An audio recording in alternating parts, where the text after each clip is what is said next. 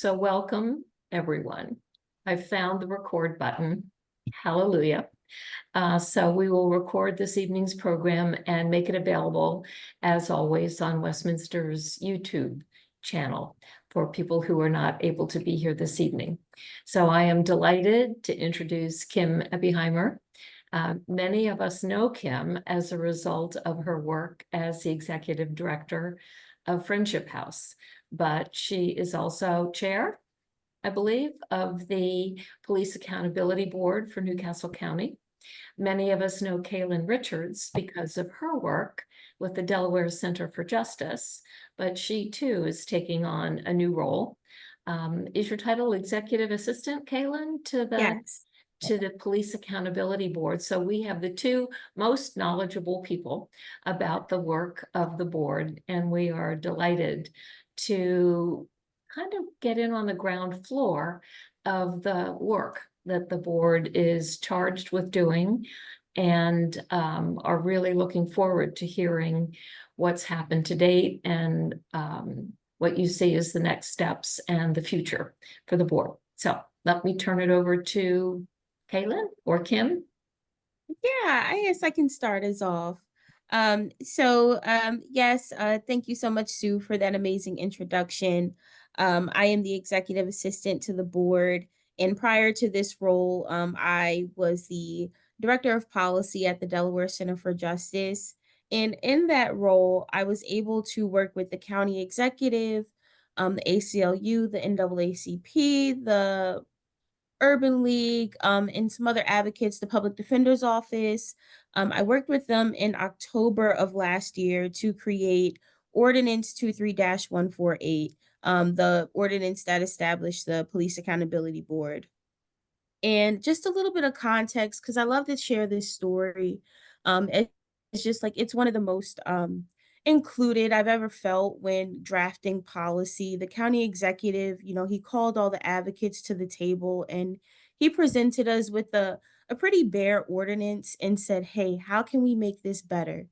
And what we did as advocates, we added a handful of improvements to the ordinance to strengthen our board because we knew that with Leobor, and the way that was unfolding, we knew that folks wanted strong police accountability boards and they weren't going to get everything that they wanted considering how I guess HB 205 and 206 panned out to be. So what we did was we added the requirement of a feedback form to the ordinance. So this is the only board that is required to have a feedback form that solicits feedback from the community.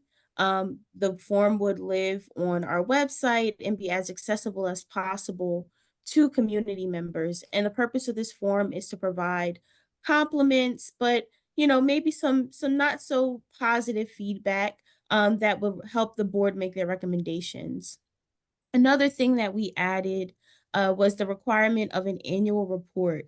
So our board has to publish an annual report that includes recommendations, stories, and things of that nature. And our recommendations go to the chief of police, the county council, the county executive office, and we are also the only board that requires the chief of police to respond to our recommendations. So the chief has 90 days to respond and say that he's received them. And then he has 6 months to respond and tell us which changes or recommendations he's going to implement. So that way we know where we are in terms of progress. And so there's a few other things I can kind of go all night about how hard we worked on the ordinance, but from there I kind of shifted roles because I felt like the board needed me. So I became the executive assistant. So that way I can help see Ordinance 23-148 through as being like a voice at the table. So this board is really near and dear to my heart. As executive assistant, my job is to essentially help them achieve the goals listed in the ordinance. Nothing too spectacular. I tell the board all the time, literally whatever you need, I'm here. So that's helping them administratively, technically, I maintain our website. So if anyone has any recommendations for the website, I'm the person to talk to. Of course, you can talk to the board, but I do manage our website. I create the flyers and I book the meeting locations and things of that nature. But yeah, that's my role. I do have a colleague who also works with the board.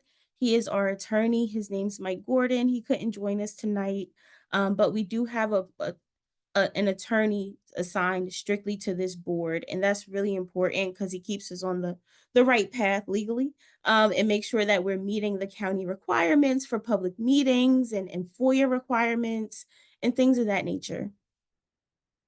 So I'll pause there for any questions about my role or how the board came about.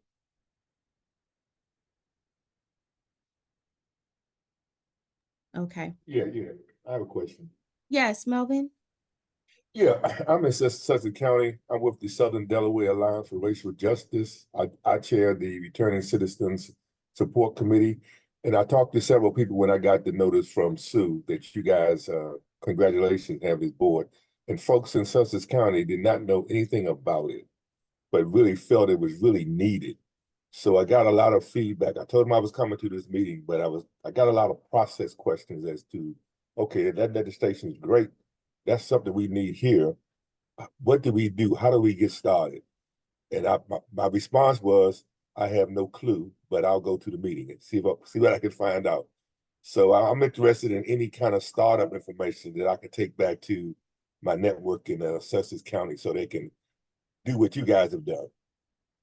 Absolutely. And that was the goal, Melvin, for our board to serve as a model. I'm happy to meet with anyone.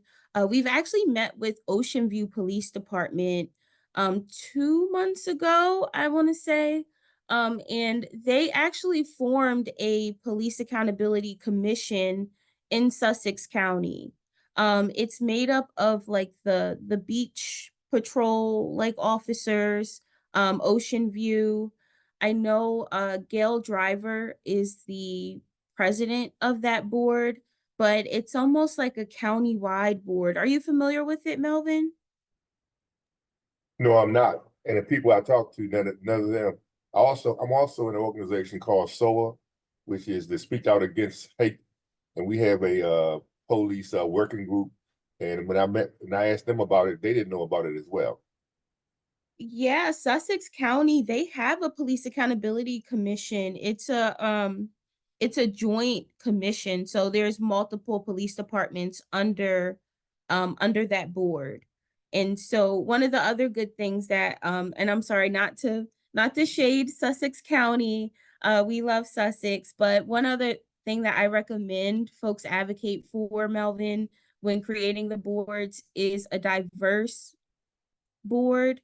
So diverse in terms of race, knowledge, and things of that nature. Like one thing that our board does is we require the county executive to solicit recommendations from the community who represent certain fields. So we asked for 2 recommendations from the mental health community, 2 recommendations from the impacted community, 2 recommendations from the domestic violence advocacy community, 1 representative from a religious organization. And so we have a very diverse board in terms of knowledge. And I fear that some other boards may not have that. And so that's one thing that I want to flag for you as well. But yes, I recommend reaching out to Ocean View Police Department because they, in my eyes, they've kind of been the leader of that Sussex coalition. Okay, thank you. Any Any other other questions questions? before Kailyn goes ahead? Okay, Kailyn, it's you. Excellent. All right, Or Kim. I'm going to turn the floor over to Kim. Thank you, Kailyn. And we'll leave more room for questions at the end. For those of you that know me, you know I love leaving time for questions because we want to know what you're thinking and what we can do to help fill any knowledge gap that might exist. Kailyn may have said this, but I just want to reiterate that the ordinance requires every police department in Delaware to have their police accountability board. And so as we move along and we see that some may not be creating one, it definitely needs to be challenged. One of the benefits for Newcastle County is there was such great support from our county executive to make sure that this happened. And so Matt Meyer was a big piece of helping this. And that's something, Melvin, to think about is how to connect with your county exec to make sure that they're backing this and they help. Matt Meyer appointed people, the city council voted people in, nominated people. It was a process, but it was very well done. So anything we can do to help you, please do let us know. So as Sue said, I have the honor to be chair of the first Police Accountability Board in Delaware, the Newcastle County one, but we're not the only. So they are starting to form, and it's a really great thing. I'm going to go over a little bit about what it is that we do, because there is confusion over what our authority is and what our charge is. So Kailyn, who first of all is absolutely amazing. And when she says that we need her, she's completely correct. We lean on her immensely. So I'm incredibly grateful for all that she does. And so she's pulled together this flyer, which is a nice summary of the things that the Newcastle County Police Accountability Board is responsible for. So what we do, first, one of the most important things is that we do outreach. So every single board meeting that we have is public. We don't do anything behind scenes when we have a quorum. So we do have subcommittees and they are capped at 5 people. So we could have those as needed. We don't need the public involved. But anytime we have a quorum and we're talking about board related business, we are required to do that openly and publicly. So all of our board meetings are public. And so during that, it's really important to us that we build in as much time as possible to listen. So we're conducting a lot of community outreach, and at every board meeting, we do our best to hold public forums, allow for public comment, so we can really solicit that feedback from our community on what they're feeling, what they're thinking, what they're seeing. As you can imagine, the first couple of meetings, it has certainly been a lot of, I'd say, constructive feedback. We like to have feedback of all sorts. You know, I had this great experience with this police in this moment, and I want to give them a shout out. But we also recognize that there's a lot of challenges with how the police conduct themselves in a bit of a vacuum. There's a culture that is unique, that's different than a lot of other pieces of civilian life, and trying to figure out how to reconcile that, make it a little more transparent. It means that we really need to listen and pay attention to what the civilians and what our community is saying. So that's one of the main things that we do. As Kailyn said, we're required to do an annual report. So what happens when we listen to this feedback is we're going to look at all the things they bring up. So if they want to question a policy, we're going to take a look at that policy and look at the procedures. We're going to look at the complaints that maybe are related to that. What are the things that people are saying, especially when there is a theme? When we hear more than one person mention something that's very similar, that's when we're going to really dig into that policy. You may or may not be aware that recently there's been some videos that have come out of the Newcastle County Police, 2 specific ones where they were approaching what appeared to be a teenager for jaywalking, and it was caught on camera, and it made the community very uncomfortable on how that was handled from what we could see on tape. And then there's another one where there were several police officers that were called in response to what they say was a traffic violation pullover that resulted in what appears on tape to be significant brutality. They call it use of force. And there's an investigation going on about that one. So these are type of things where we're called to look at this and listen to the community and review different policies that might have instigated a reaction from a police officer in these types of settings. And then once we do that, we have to analyze. So we have a lot of data we're going to try to look at. We're going to do research.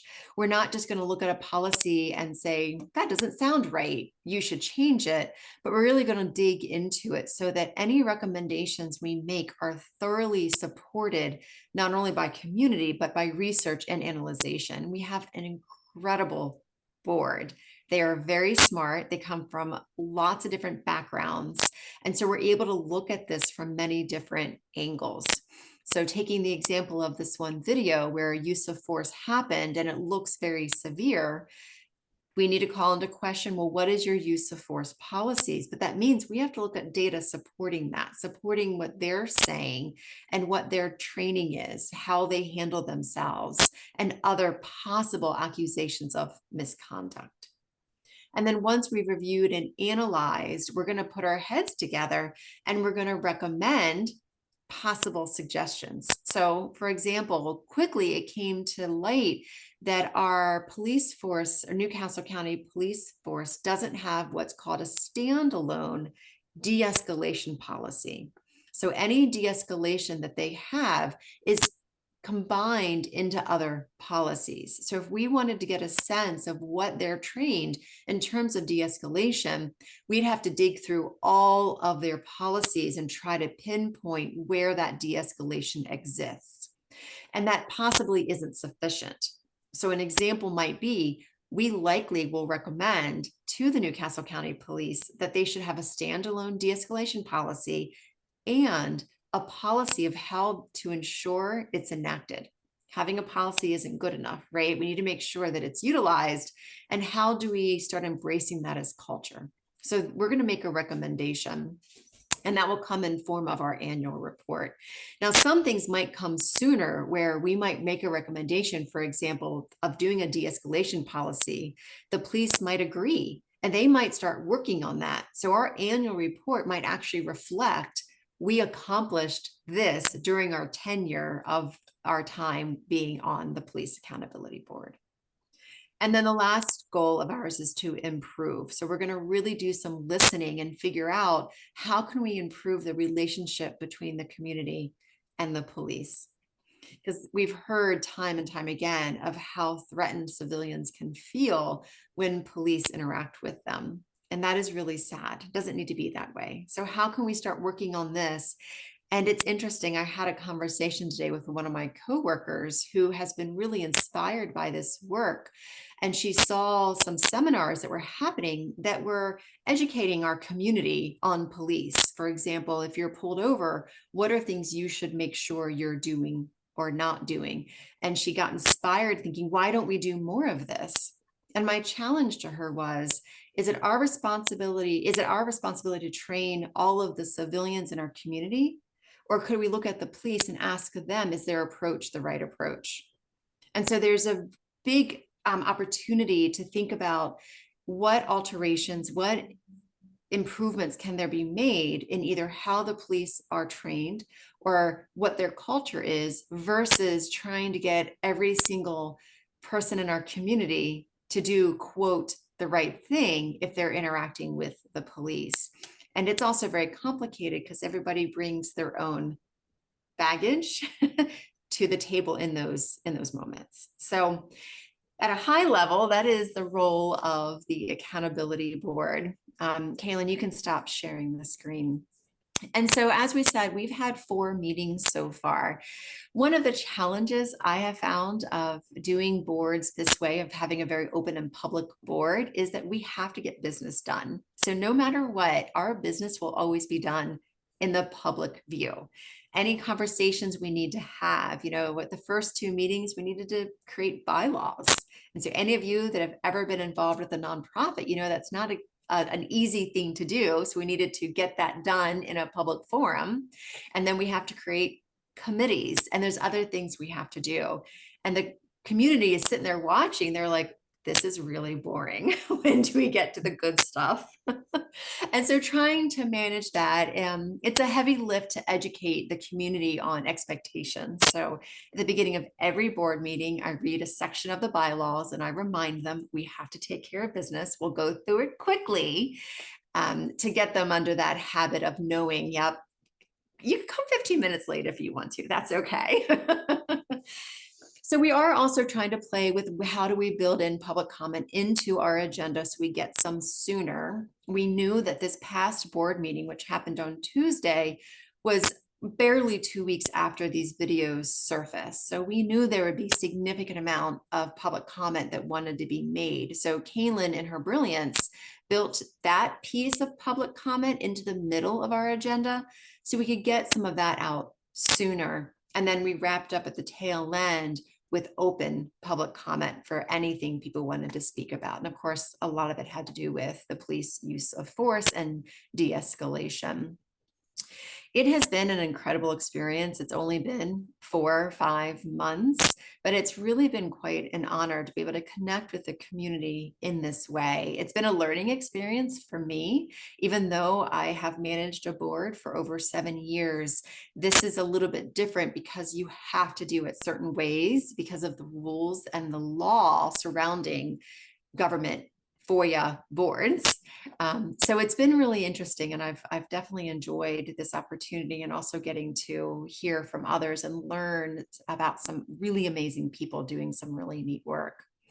So that's a very high level of what's going on, what we're doing. I will go ahead and open it up to you all for questions, because I'm not sure how much of the nitty-gritty details you want us to get into, but we're happy to discuss anything that you would like us to share.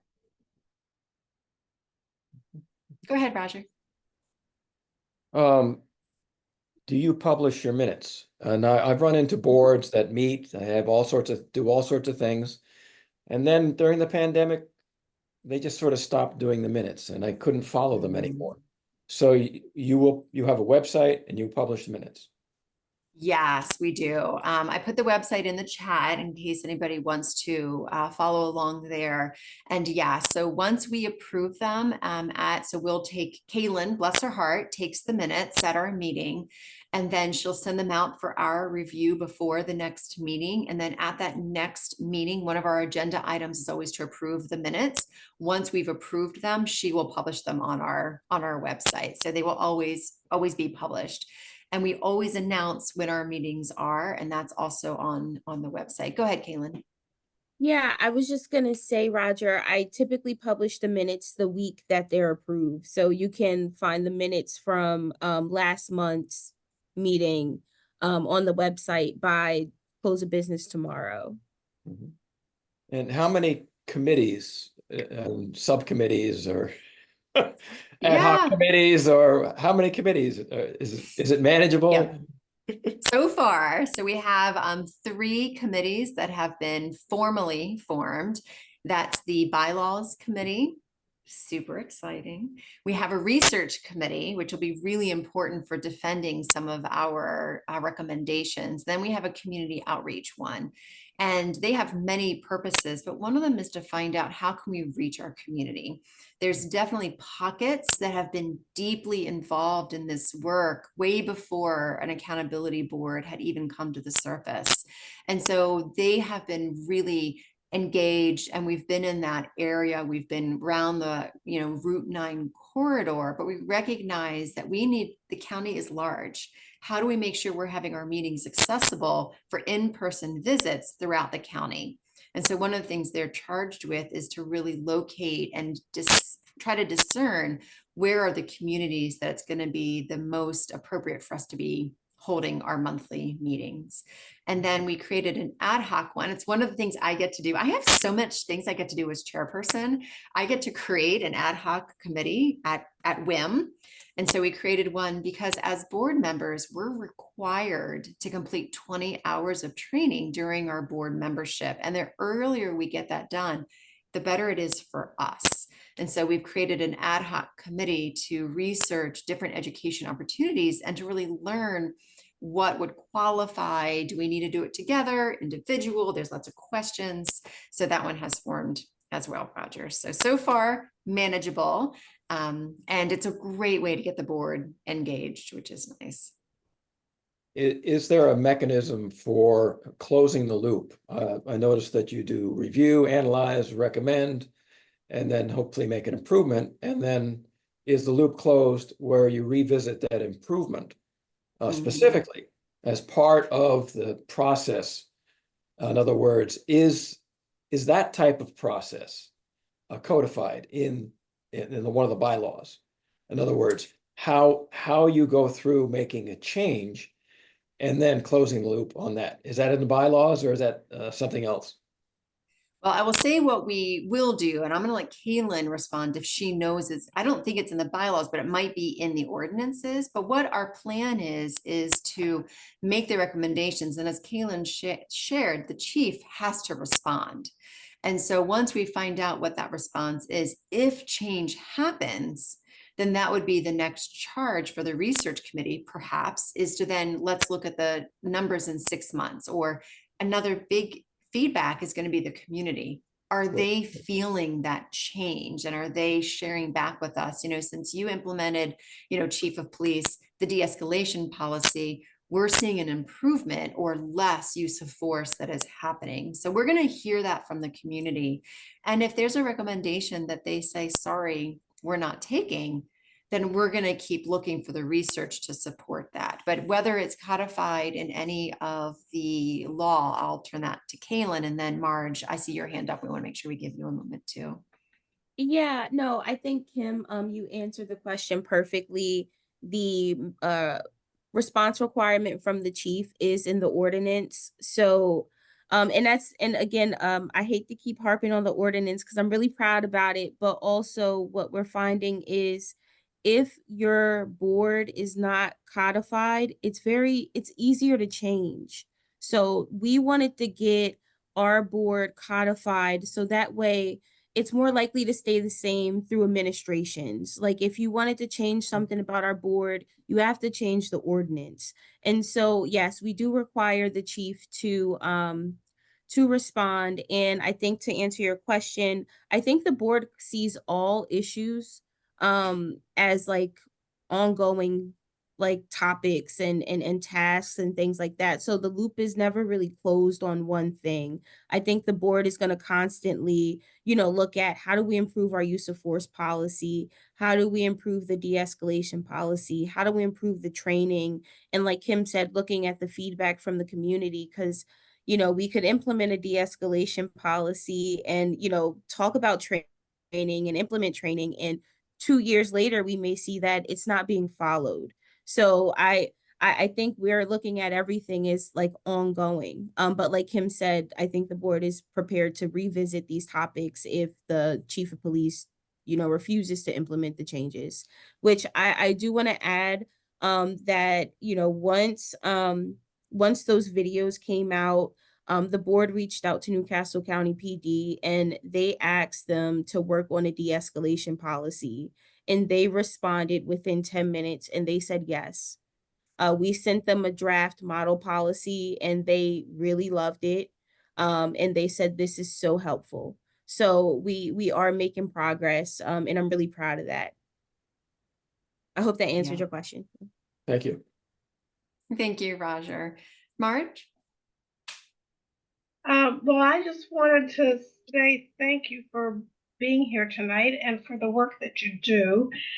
But we all know, and also a tribute to Matt Meyer for finding this workaround of a bill that we know got so watered down in the legislature that it was really worth nothing. So you people are on the front lines of doing the work the legislature should have done. And I appreciate that. But, and Kailyn, I think you maybe addressed part of my question was I was wondering if there are several chiefs in Newcastle County. So I'm wondering what their reaction has been to this, because we know they've been fighting any accountability bill along the way. And in the end, what kind of you talk about an ordinance, but I'm unclear as to what the power of the committee is. Those are great questions, Marge.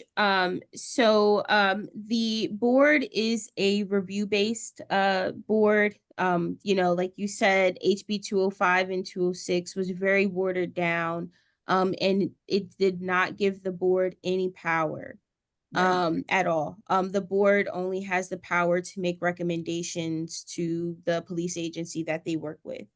And so I think one of the things that, you know, again, like I said, our board, we kept that in mind. And when we said, you know, Matt, hey, we're not happy with 205 and 206. We don't think, you know, there's enough transparency between the police and the boards. So we created a feedback form. We said this is a direct line of communication into the community and the board. So that way we're not relying on law enforcement for access to records that we're essentially not entitled to legally. And so there's that. And I think, you know, when I talked to the chief and I met with, you know, Colonel Block and Director Bond, the county exec, when we all met last week, the tone of, you know, the conversation was from their end, Newcastle County PD, was that we're not perfect. And I understand that. And I think it's a start in the right direction once we get them to acknowledge that there is room for improvement. They are willing to work with the board. They have been willing to work with the board. I think only time will tell, you know, how, you know, this relationship is really going to pan out. But so far, it's been good. They've been responsive to the board's requests for data and things of that nature. So yeah, I think their response has been good. They are just, I think they are also, they have their hands tied because they want to share the rest. So Director Bond, this is a testament to how frustrated or exhausted, I should say, he was at Tuesday's meeting. He said he wished he could just give us the records. Director Bond said, I wish I could just give you guys the records. And so I think you know, he sees the value in transparency now. He's starting to see it. Like if you all can't provide us with the narrative, then we kind of just have to make up our own narrative where we go off of videos or what the victim shares with us. But it doesn't give them an opportunity to share their side at all because they can't share the records. So I hope they're starting to see that transparency is the best practice here. Great. I want to echo what Kailyn said about the way that the police are trying to work with us. They have a difficult job in that now there's not a lot of police representation at these meetings, but there's 2 non-voting members that are required to be part of the board that help to represent the police force. And so we currently have Director Vaughn Bond and then Captain Brian Faulkner, who come to the meetings whenever they can. If they can't, they find a representative. And they are active in conversation. They respond when asked and sometimes when not asked, and they are being open and honest. And it is difficult because during the 2-hour public forum we had on Tuesday, it was essentially constant negative feedback on the police, and they're hearing it and they're taking it. Now, for many of us, we can warrant there's a reason for it, and that's why we're doing this. And at the same time, that is kind of exhausting and hard to just absorb. So it is an interesting dynamic there. And that's one of the responsibilities of me specifically, is really helping to manage, not only, I can't really manage the tone all the way, but making sure things don't get out of hand. There's a very thick process of when people are supposed to speak and for how long, and making sure that it's an equitable situation for folks that are there. But I'm going to give them some credit for showing up. Melvin, I saw you come off mute. Did you want to share or ask a question? Yeah, I guess this is for Kailyn. We have a relationship with the Delaware Center for Justice. We met with David Beaver a couple of weeks ago. And so my first question is there a clone at Delaware Center of Justice of You that we can have down in Sussex County to help us get started? Or because I see the challenges you've gone through in Newcastle, but Sussex County is a real different animal. And I can imagine that anything we have to deal with is going to be 10 times harder. So I guess that's my first question. Would is there a possibility of having someone like you or a clone or that can help us in Sussex County, or how will we proceed? Absolutely. I'm happy to help, but I work with a coalition of police reform advocates throughout the state. I'm not sure, Melvin, if you can give me your email address, I'd love to connect you with them. But the folks who were at the table when we were creating this board, they're still doing this work and they're still looking to influence other boards and improve other boards throughout the state. So if you give me your contact information, I can help connect you with them, but I'm here to help. We met with Sussex and I gave them our bylaws, the ordinance and things like that. So they had a model to follow. Now what they chose to follow, I'm not 100% sure. But okay, I got it. But yeah, I recommend reaching out to the chief of police at Ocean View PD and see what they're doing. I don't even know if they have a website. I'm gonna look at that right now. Let's see.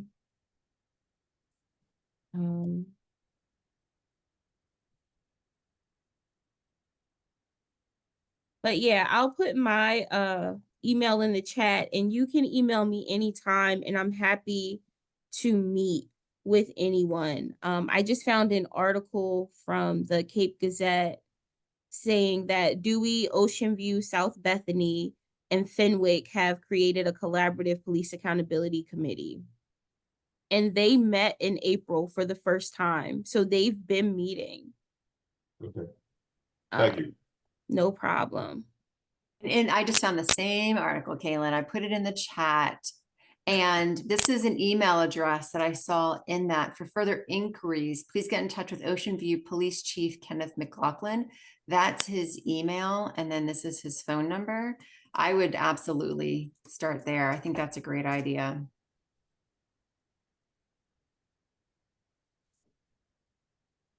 And it's great news to know that this is happening. Like, we don't want to be the only, and it's required that they all have one. So hopefully this is just the beginning. We've got a northern and a southern. Let's get them all happening.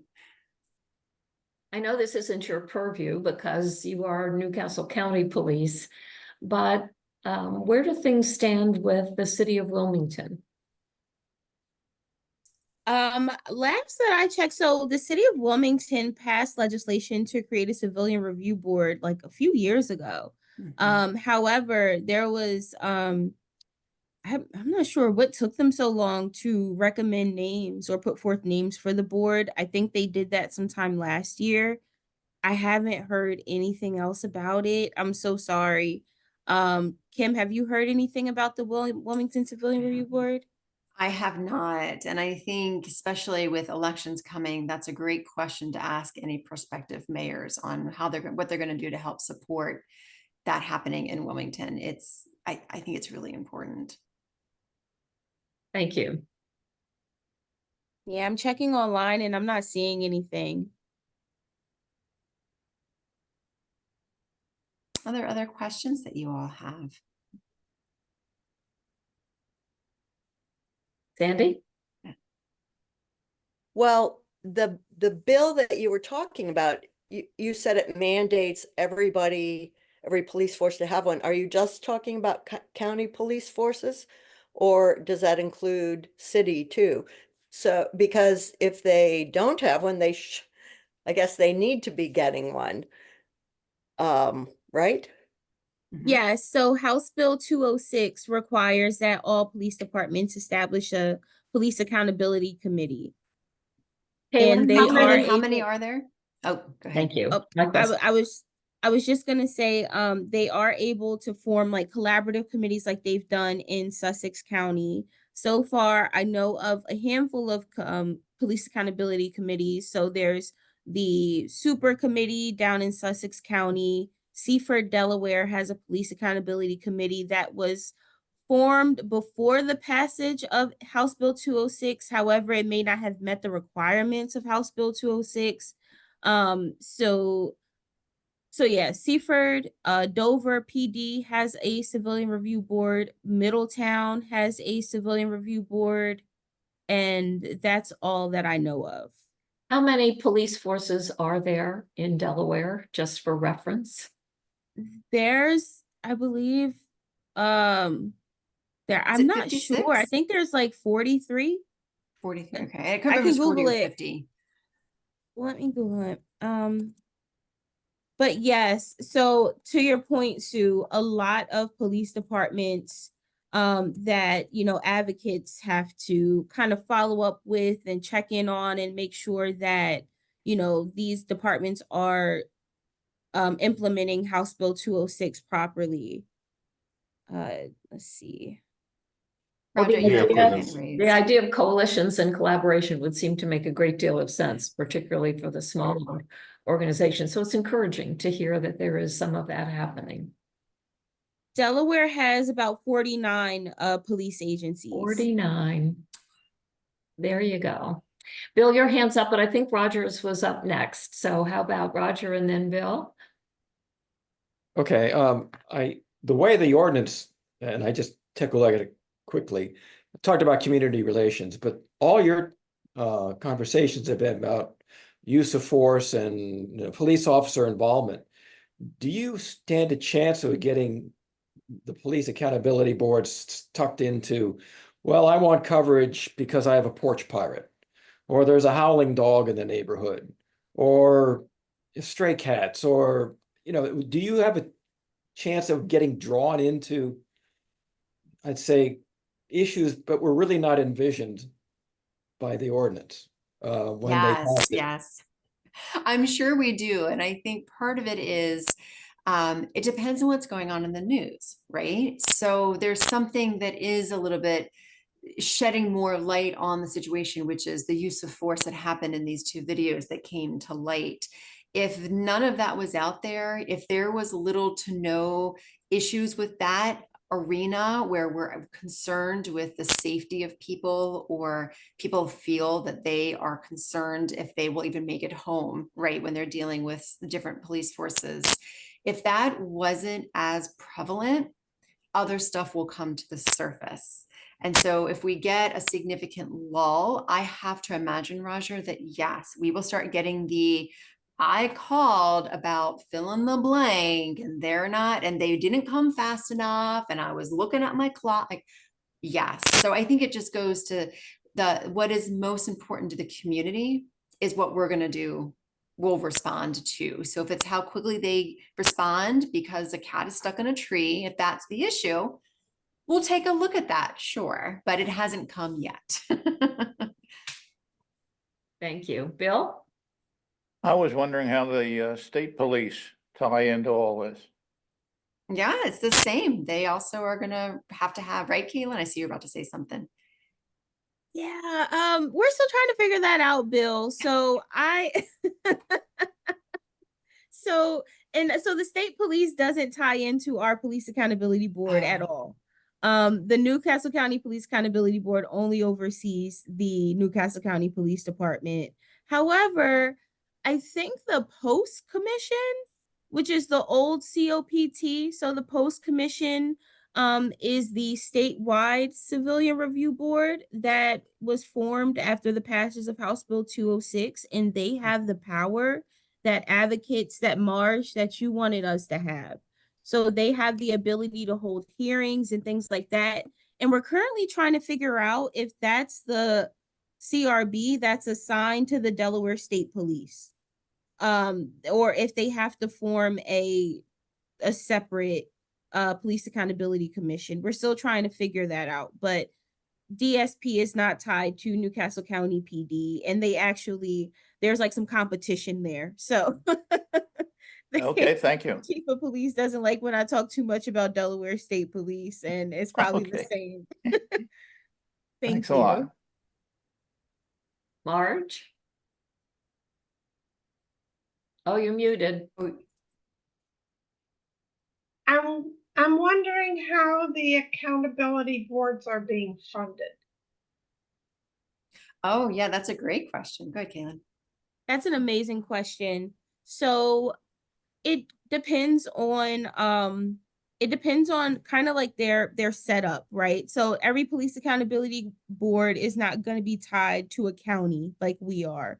Our board is funded through the county, therefore we're funded through taxpayer dollars. We have there's a budget for 2 staff people, and we are working on a training budget right now for the board. So yes, we are funded through the county, but not all boards have access to those resources, those types of resources.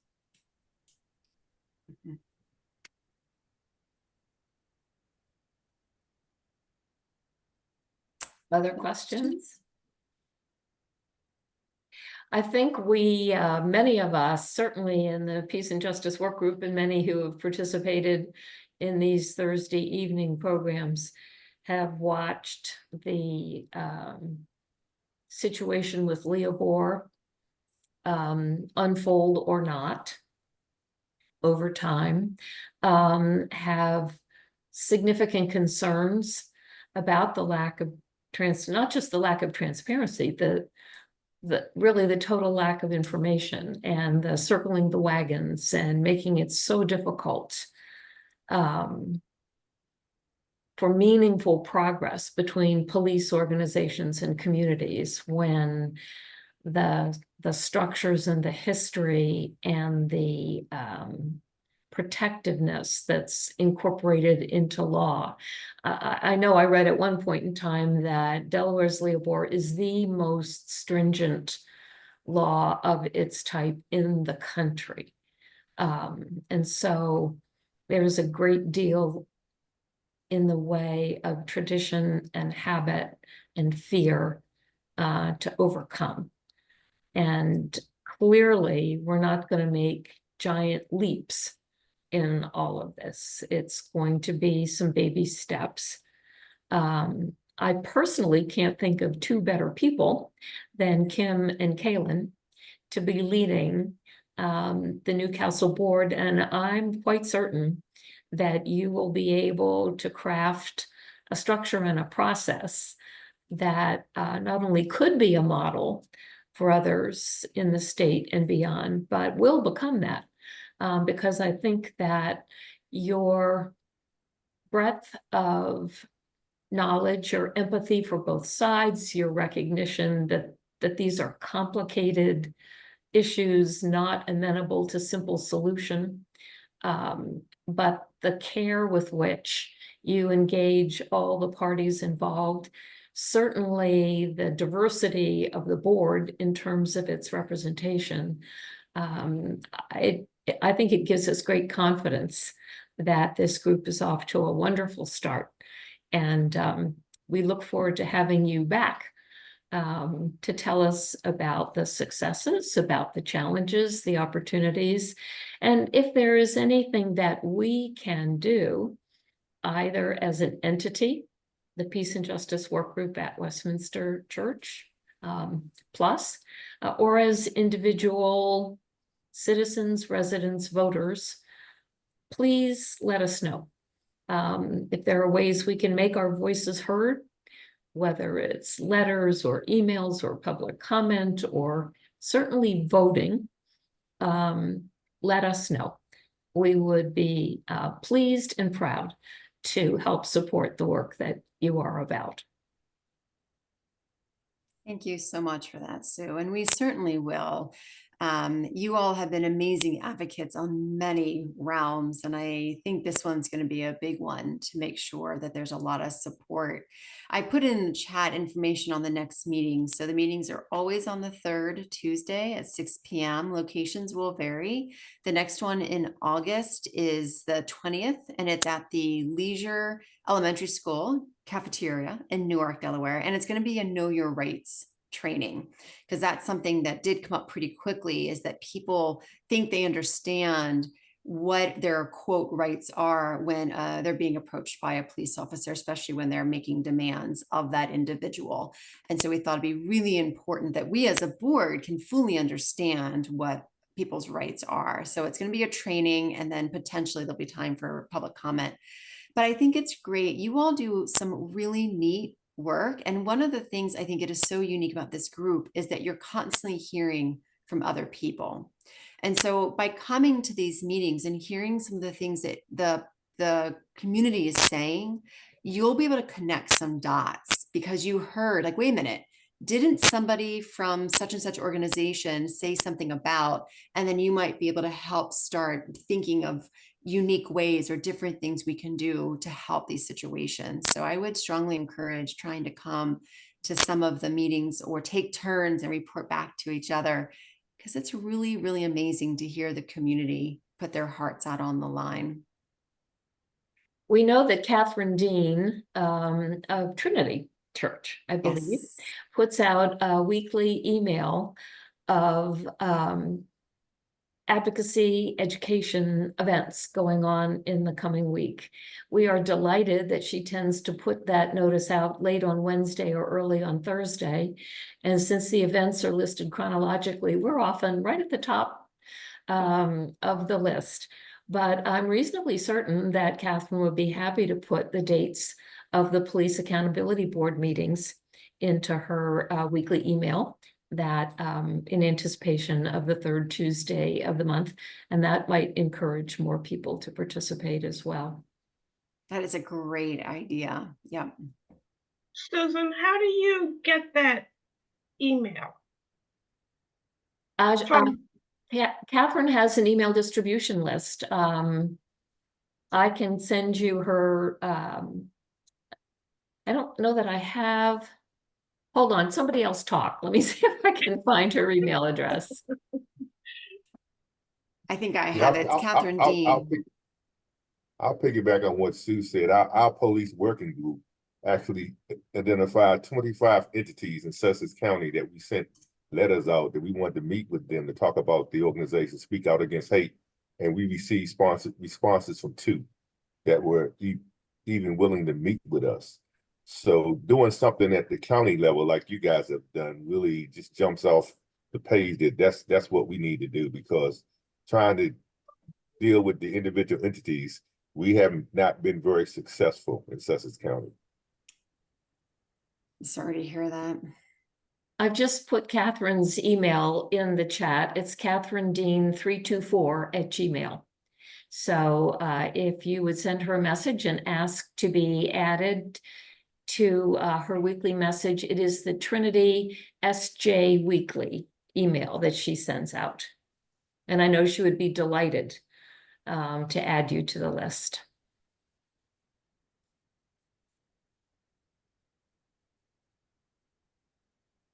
Jim and Caitlin, I don't want to end this evening by putting you in the political bonfire, but you know, it always seems all of these things boil down to us voting.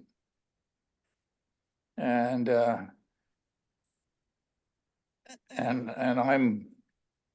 I'm wondering if is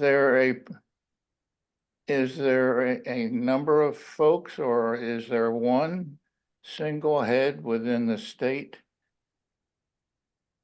legislative organization that I ought to focus on to see how he or she feels about this issue that seems to drag on forever and ever? Is there somebody that I can, with one single vote, all I have, try to light a little fire under someone who's ultimately responsible?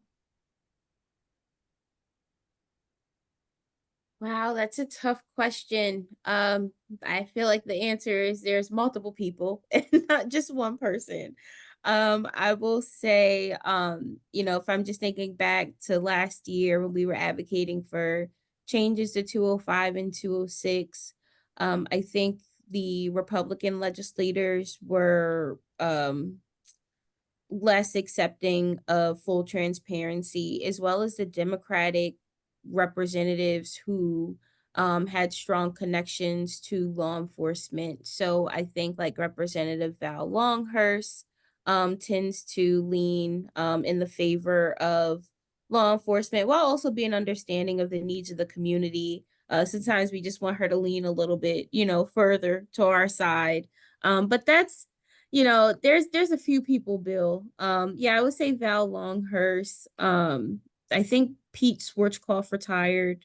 Did he retire? Yeah, Pete retired. But definitely the Republican and the moderate legislators down at Leg Hall. The progressives seem to be, with it, but I think we had a lot of trouble with the Republicans and moderates.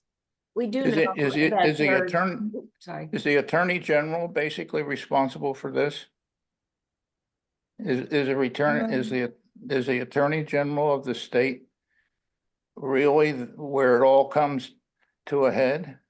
That's a great question. I do think the Department of Justice has a very strong influence on the state of Leobor and even police reform legislation in general. So yeah, I absolutely think so the whole Department of Justice, but of course, our Attorney General is over DOJ. So yeah, I think the Attorney General is a key person to this advocacy. I Yeah. believe the Okay. Attorney General has been throughout this process very much in favor of modifying Leobor and taking action along those lines. The other thing I would suggest as we approach election season, I don't know who all the different organizations are. I know the League of Women Voters is one, but there are others more local that send out questionnaires to candidates for office. And I think it's important for us as voters to look at their responses to those questionnaires. Obviously, we're unlikely to find any candidate for office that agrees with every single solitary position that each of us holds. But to the extent to which there are issues of significant emotional, political importance to each of us, understanding the candidate's positions and voting on that basis, and then communicating with both the candidate we support and the one that we don't, as to why we have taken the action to vote for the candidate we did. It sounds like work, but email makes it a breeze.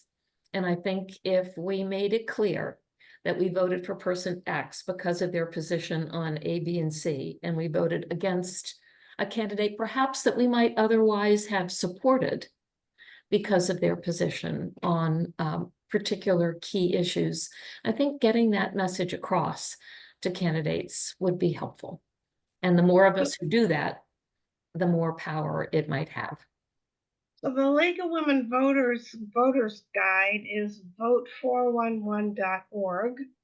It will go live on the 5th of August for the primary. And it will give you all the information about when you vote, where you vote, who's on your ballot, and the answers to at least 5 to 7 questions on the issue. So I encourage you all to, after the 5th of August, to look at vote411.org. It will come again for the general election. Thank you for that information, Marge. Appreciate that. And we'll share that more broadly, certainly within the Peace and Justice Work Group and all of our affiliate organizations. Please do. And we could even put it in the Weekly Word. There's nothing partisan about it. It just says, No, here's a resource. Here's a resource. Use it. Not partisan at all. Right. Thank you. Thank you for that. There's been a Whoops. wealth of information that's I'm been sorry. given out on this in this video. Sue, you mentioned because I would want to share this with my network. How can I get access to this video? You said I you're can- gonna make this available? Yeah, I can send you the link, Melvin, but Westminster has a YouTube channel where all of our videos are recorded. So I will send you both the link to tonight's video and the link to the playlist on our YouTube channel for all of the Peace and Justice Work Group programs. And any one of the ones that we've recorded, you would have access to. You could share the link and anyone could watch the videos who is interested. So I will get that to you. Thank you. Thank you all for being here. Appreciate it. And again, deep gratitude to Kim and Kailyn. Keep up the good fight. Thank you. Have a great night, everyone.